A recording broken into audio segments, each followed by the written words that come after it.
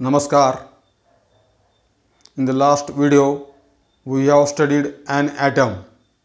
That is, what is meant by atom, then structure of atom and size of atom.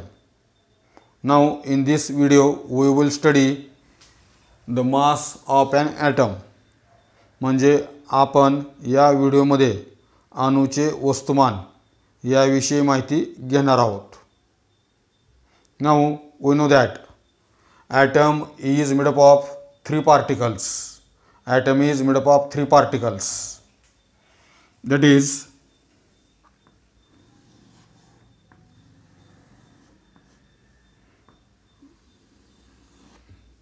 it is an atom. Now this atom is made up of three particles.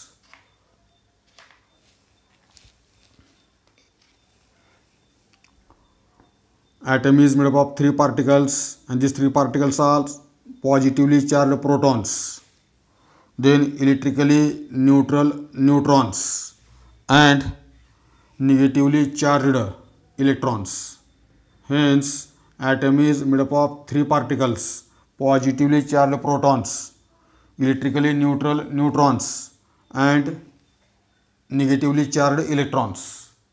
Out of these three particles, protons and neutrons are present in the nucleus of atom, while electrons revolve around the nucleus in circular orbit. आपण मागच्या व्हिडिओमध्ये पाहिलेलं आहे की अणू हा तीन कणापासून बनलेला असतो. ते तीन कण म्हणजेच धनप्रभारित प्रोटॉन्स, त्यानंतर विद्युतदृष्ट्या उदासीन न्यूट्रॉन आणि ऋणप्रभारित electrons.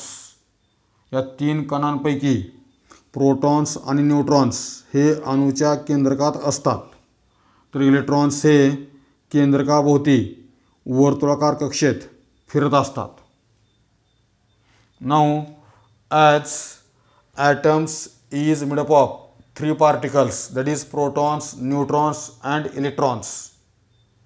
You would think that while calculating the mass of atom, the mass of protons, mass of neutrons and mass of electrons are taken into account. That is, mass of an atom.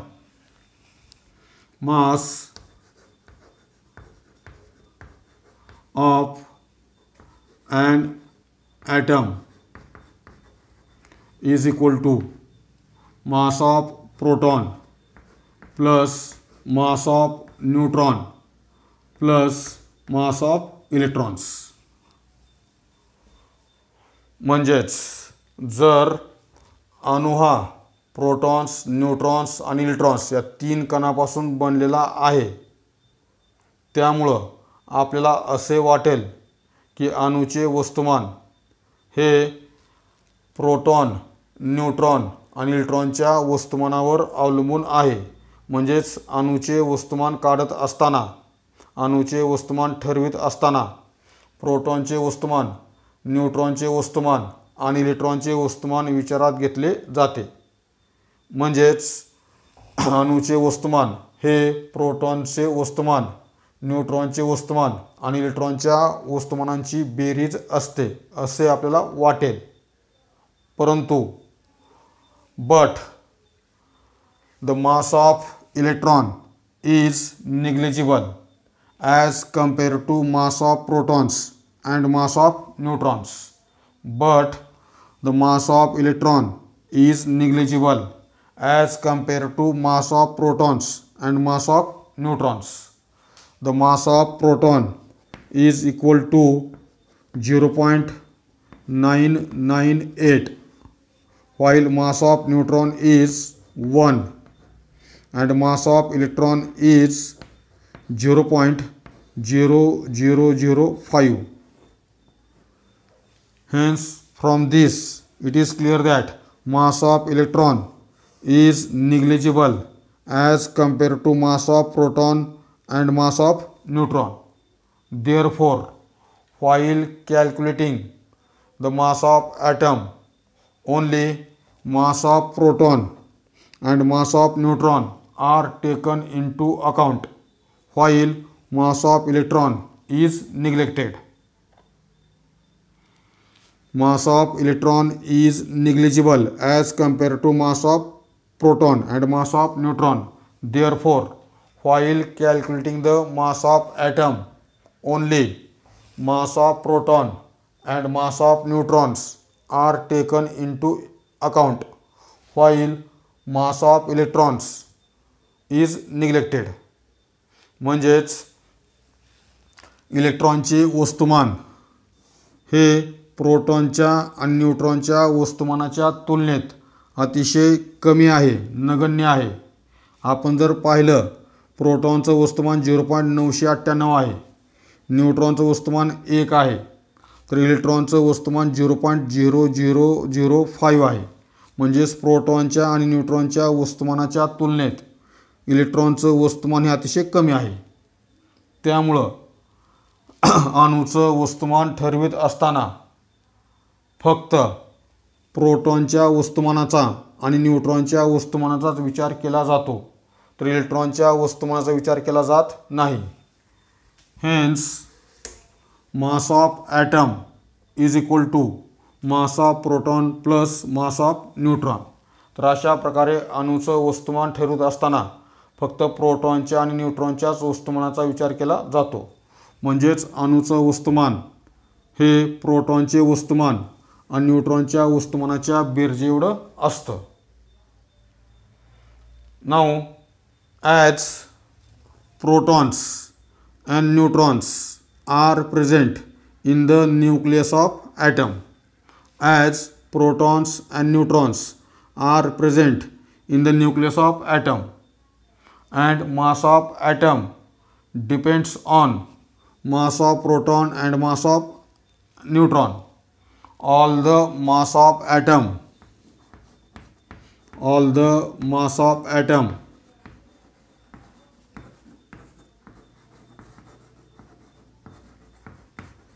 is concentrated in the nucleus of atom.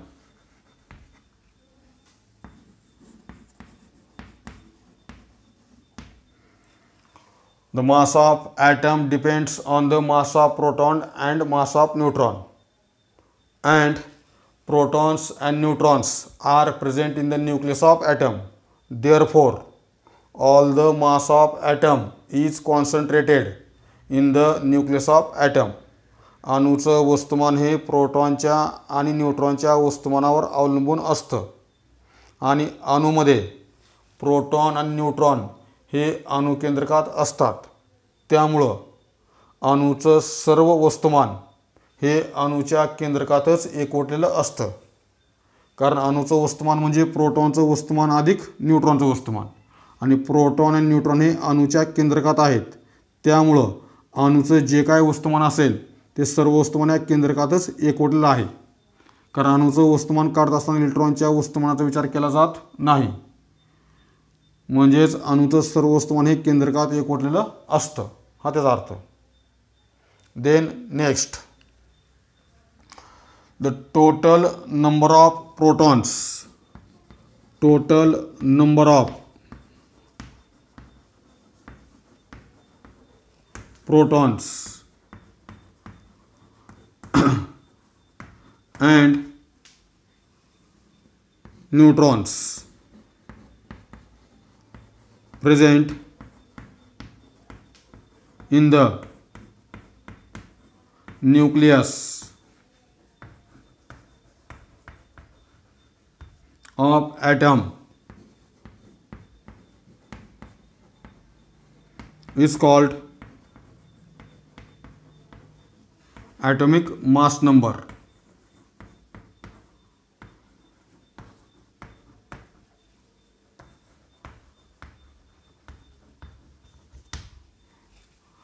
Total number of protons and neutrons present in the nucleus of atom is called atomic mass number. म्हणजेच अणुकेंद्रकात असणाऱ्या प्रोटॉनच्या आणि न्यूट्रॉनच्या एकूण संख्येला अणुवस्तुमानांक म्हणतात. Total number of protons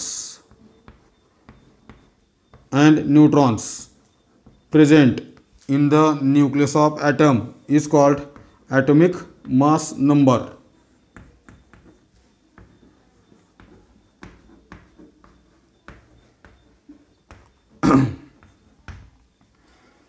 अणुकेंद्रकात असणाऱ्या प्रोटॉनच्या आणि न्यूट्रॉनच्या एकूण संख्येला अणुवस्तुमानांक म्हणतात. Now for example, if we take the hydrogen atom. Now in the hydrogen atom there is only one proton in the nucleus, but there is no neutron in the nucleus. There is 0 neutron in the nucleus of hydrogen. Therefore atomic mass number of hydrogen is 1. Now if we take next example, suppose lithium. In the nucleus of lithium there are 3 protons and 4 neutrons. Therefore atomic mass number of lithium is 7. Next example, suppose sodium. In the nucleus of sodium there are 11 protons and 12 neutrons. Therefore atomic mass number of sodium is 23. Hence total number of protons and neutrons present in the nucleus of atom is called atomic mass number. Then next,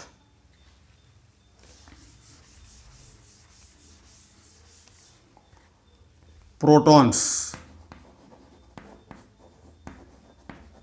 and neutrons together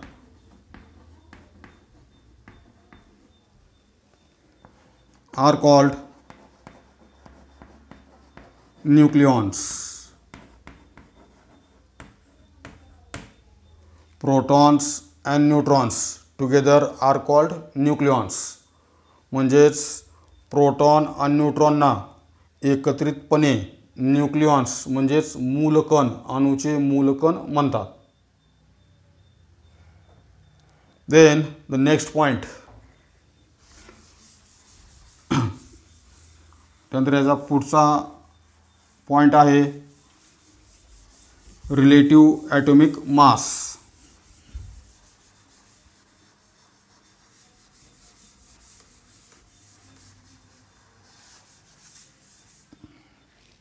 Next point is relative atomic mass.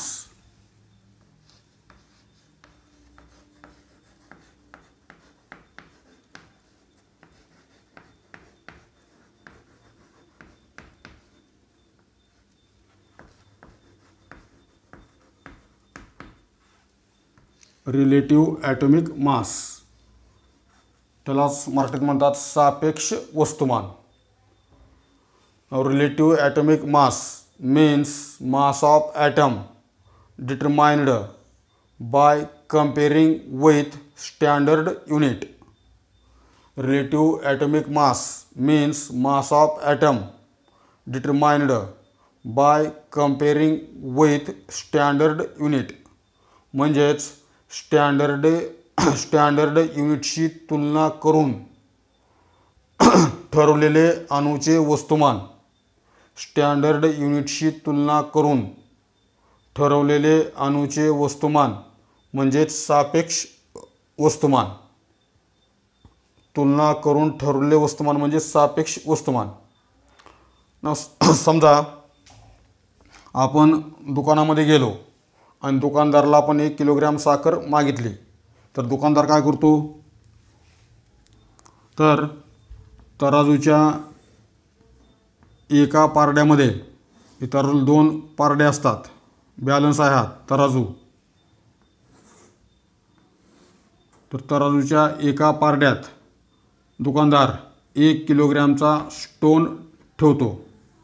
1 किलोग्रॅमचा stone, दगड असतो किंवा stone, तो ठेवतो आणि दुसऱ्या पारड्यामध्ये तो साखर ठेवतो, शुगर. आणि जेव्हा ह्या दोन पारड्याचा बॅलन्स होईल त्यावेळेस त्या साखरेचं वस्तुमान असतं 1 किलोग्रॅम. जेव्हा हे दोन्ही तराजूचा बॅलन्स होईल त्यावेळेस त्या साखरेचं वस्तुमान असतं 1 kilogram. Now this mass of sugar is relative mass. हे जे साखरेचं वस्तुमान इथं काढले ते आहे 1 किलोग्रॅम आणि ते वस्तुमान कसं आहे? रिलेटिव्ह मास, सापेक्ष वस्तुमान आहे. बिकॉज इट इज कॅल्क्युलेटेड और it is determined by comparing with standard unit of 1 kilogram stone. This mass of sugar is the relative mass because it is compared with stone of 1 kilogram. It is the standard unit.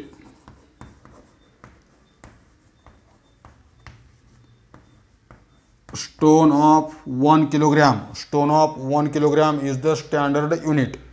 या ठिकाणी जो आपण 1 किलोग्रामचा stone वापरला आहे तो आहे standard unit आणि त्या स्टँडर्ड युनिटशी तुलना करून हे साखरेचं वस्तुमान आपण इथं ठरवलं आहे.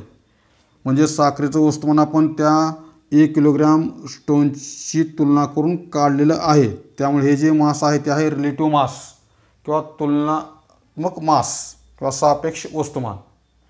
आता या ठिकाणी आपण अणूचं वस्तुमान सापेक्ष वस्तुमान का घेतात किंवा अणूचं वस्तुमान तुलना करून का काढतात आणि तुलना करण्यासाठी कोणतं स्टँडर्ड युनिट वापरतात याची माहिती घेणार आहोत.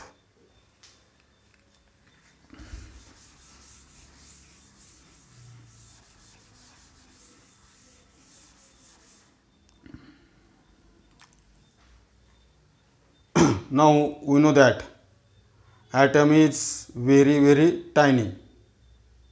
Therefore it is very difficult to determine the mass of atom. आपल्याला माहीत आहे अणू हे अतिशय सूक्ष्म आहेत आणि त्यामुळं अणूचे वस्तुमान ठरवणे, अणूचे वस्तुमान निश्चित करणे किंवा अणूचे वस्तुमान काढणे हे अतिशय अवघड आहे कारण अणू हे अतिशय सूक्ष्म असतात. Scientists also struggled to determine the mass of atom. Scientists also struggled to determine the mass of atom.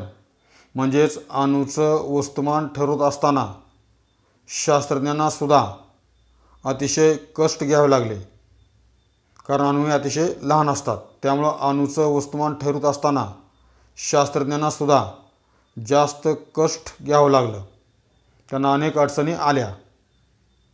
Then it was not possible for the scientists of 19th century to express the mass of atom accurately. It was not possible for the scientists of 19th century to express or to measure the mass of atom accurately.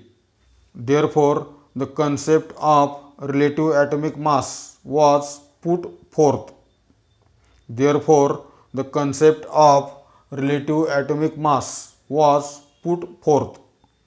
म्हणजेच 19व्या शतकामधल्या शास्त्रज्ञांना अणूचं वस्तुमान अचूकपणे मोजणे शक्य नव्हते कारण त्यावेळेस विज्ञानामध्ये एवढी प्रगती झाली नव्हती किंवा एवढे सूक्ष्म वस्तुमान मोजण्याचे साधनं त्यावेळेस उपलब्ध नव्हते आणि त्यामुळं 19व्या शतकातील शास्त्रज्ञांना अणूचं वस्तुमान अचूकपणे मोजणे शक्य नव्हते आणि त्यामुळं सापेक्ष वस्तुमान ही संकल्पना पुढे ठेवली गेली. अणू हा अतिशय लहान असल्यामुळं अणूचं वस्तुमान मोजणं शक्य नव्हतं आणि त्यामुळं सापेक्ष वस्तुमान ही संकल्पना पुढे ठेवली गेली. Now to express the relative mass of atom, a reference atom was required. To express the relative mass of atom, a reference atom was required. म्हणजेच आपल्याला अणूचे सापेक्ष वस्तुमान काढण्यासाठी एका संदर्भ अणूची गरज भासली किंवा गरज निर्माण झाली, कारण इथं अणूचं वस्तुमान आपल्याला तुलना करून काढायचं आहे. तेव्हा ज्याच्याशी तुलना करायची आहे असा संदर्भ अणू त्याची गरज निर्माण झाली. Now since hydrogen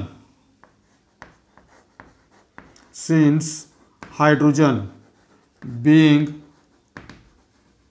lightest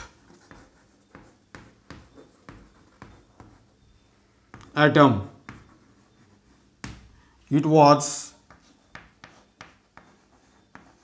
initially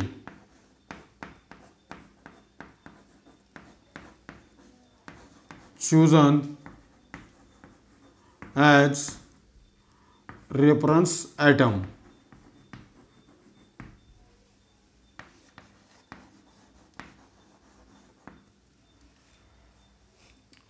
To express the relative mass of atom, a reference atom was required. Now, since hydrogen being lightest atom, it was initially chosen as reference atom. आपल्याला अणूचे सापेक्ष वस्तुमान ठरवण्यासाठी एका संदर्भ अणूची गरज निर्माण झाली आणि हायड्रोजन अणू हा सर्वात हलका अणू असल्यामुळं सुरुवातीच्या काळात हायड्रोजन अणूची संदर्भ अणू म्हणून निवड केली गेली. हायड्रोजन अणू हा सर्व अणूमध्ये हलका असल्यामुळं सुरुवातीच्या काळात हायड्रोजन अणूची संदर्भ अणू म्हणून निवड केली गेली, हा त्याचा अर्थ. अँड फॉर दिस, मग त्यासाठी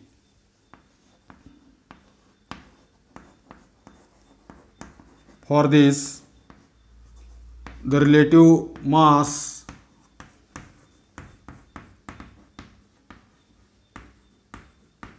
of hydrogen atom, which has only one proton in its nucleus, was accepted as one. Hydrogen being lightest atom, and therefore it was initially chosen as reference atom. And for this, the relative mass of hydrogen atom, which has only one proton in its nucleus, was accepted as 1. Hydrogen अणू सर्वात हलका असल्यामुळं सुरुवातीच्या काळात hydrogen अणूचा संदर्भ अणू म्हणून निवड केली गेली आणि त्यासाठी हायड्रोजन अणूचे सापेक्ष वस्तुमान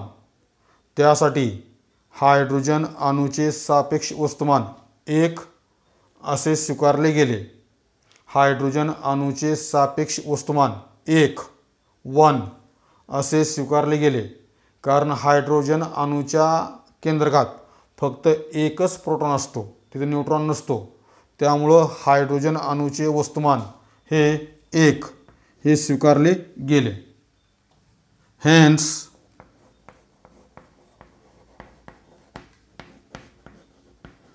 the masses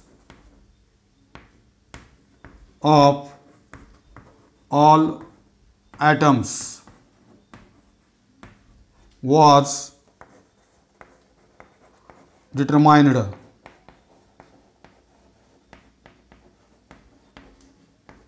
by comparing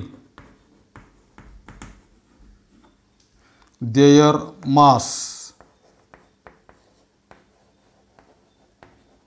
with hydrogen atom with mass of hydrogen atom.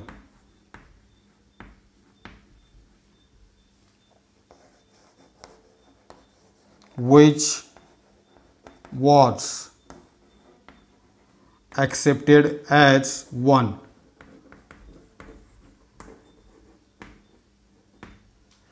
Hence, the masses of all the atoms was determined by comparing their mass with mass of hydrogen atom, which was accepted as 1. Hydrogen अणूचा संदर्भ अणू म्हणून स्वीकार केला गेला आणि त्यासाठी hydrogen अणूचे सापेक्ष वस्तुमान 1 असे स्वीकारले गेले. आणि नंतर मग सर्व अणूचं वस्तुमान कसे ठरवले गेले हे पुढे सांगितले. तर सर्व अणूचं वस्तुमान हे हायड्रोजन अणूच्या वस्तुमानाशी तुलना करून निश्चित केले गेले. सर्व अणूचे वस्तुमान हे हायड्रोजन अणूच्या वस्तुमानाशी की जे 1 असे स्वीकारले गेले आहे, तर हायड्रोजन अणूच्या वस्तुमानाशी तुलना करून सर्व अणूचे वस्तुमान ठरवले गेले त्या काळी. For example, the mass of nitrogen atom is 14 times that of hydrogen atom.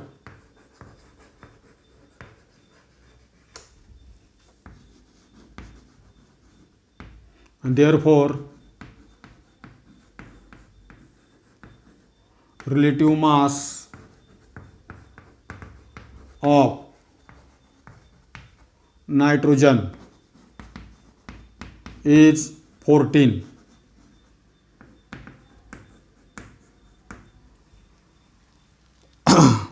सर्व अणूंचे वस्तुमान हे हायड्रोजन अणूच्या वस्तुमानाशी तुलना करून काढले. याचं उदाहरण पुढे सांगितले. The mass of nitrogen atom is 14 times that of hydrogen atom and therefore relative mass of nitrogen is 14. म्हणजेच नायट्रोजन अणूचं वस्तुमान हे हायड्रोजन अणूच्या 14 पट आहे. नायट्रोजन अणूचं वस्तुमान हे हायड्रोजन अणूच्या 14 पट आहे. म्हणून नायट्रोजन अणूचं सापेक्ष वस्तुमान असेल 14. हायड्रोजन अणूचं वस्तुमान 1 गृहीत धरले आणि 1च्या 14 पट म्हणजेच 14. जर आपण समजा उदाहरणार्थ बॅलन्स आहे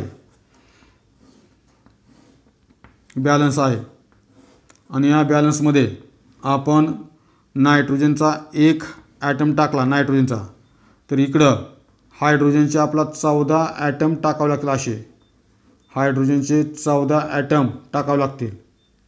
म्हणजेच नायट्रोजनच्या एका अणूचं वस्तुमान हायड्रोजन अणूच्या 14 पट आहे. म्हणून नायट्रोजनचं सापेक्ष वस्तुमान आहे 14.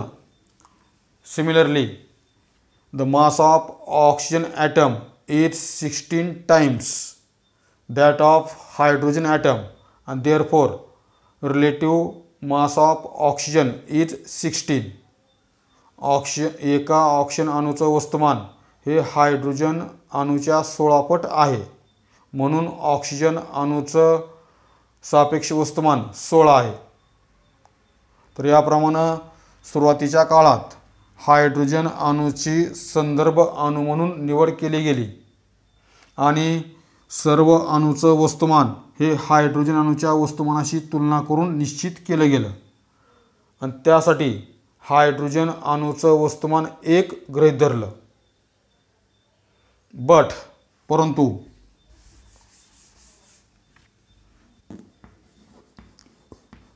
on this scale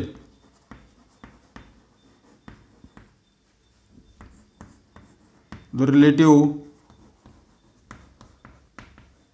atomic masses of many elements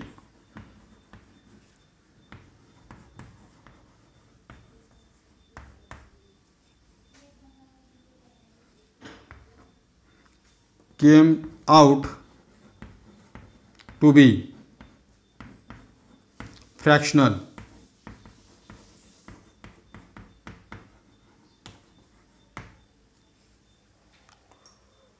Initially, hydrogen atom was chosen as reference atom to determine the relative masses of atom, but on this scale the relative atomic masses of many elements came out to be fractional.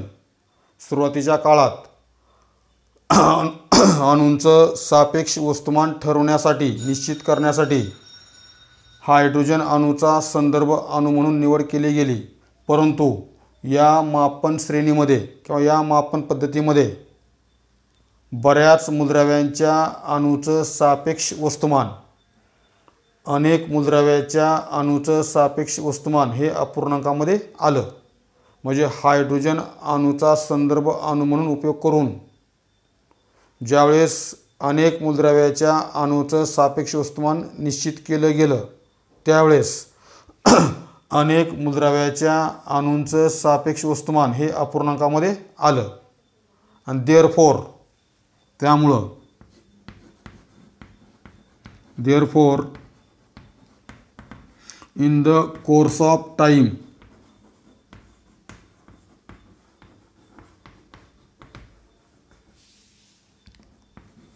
different atoms were selected as reference atoms.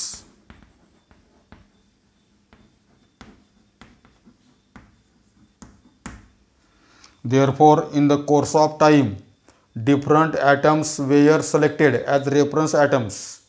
म्हणजेच काळाच्या ओघात अनेक अणूंचा संदर्भ अणू म्हणून निवड केली गेली. सुरुवातीला हायड्रोजन अणूचा संदर्भ अणू म्हणून निवड केली गेली, परंतु हायड्रोजन अणूबरोबर तुलना करून काढलेली सापेक्ष वस्तुमाने बरीच सापेक्ष वस्तुमाने अपूर्णांकामध्ये आले आणि त्यामुळं काळाच्या ओघात पुढच्या काळात वेगवेगळ्या अणूंचा संदर्भ अणू म्हणून उपयोग केला गेला. उदाहरणार्थ ऑक्सिजन असेल, हायड्रोजन नंतर ऑक्सिजनचा संदर्भ अणू म्हणून निवड केली. आणि नंतर आता पुढं काय केलं, काळाच्या ओघात आणखीन कोणकोणत्या अणूची संदर्भ अणू म्हणून निवड केली याची माहिती आपण पुढच्या व्हिडिओमध्ये पाहणार आहोत. धन्यवाद.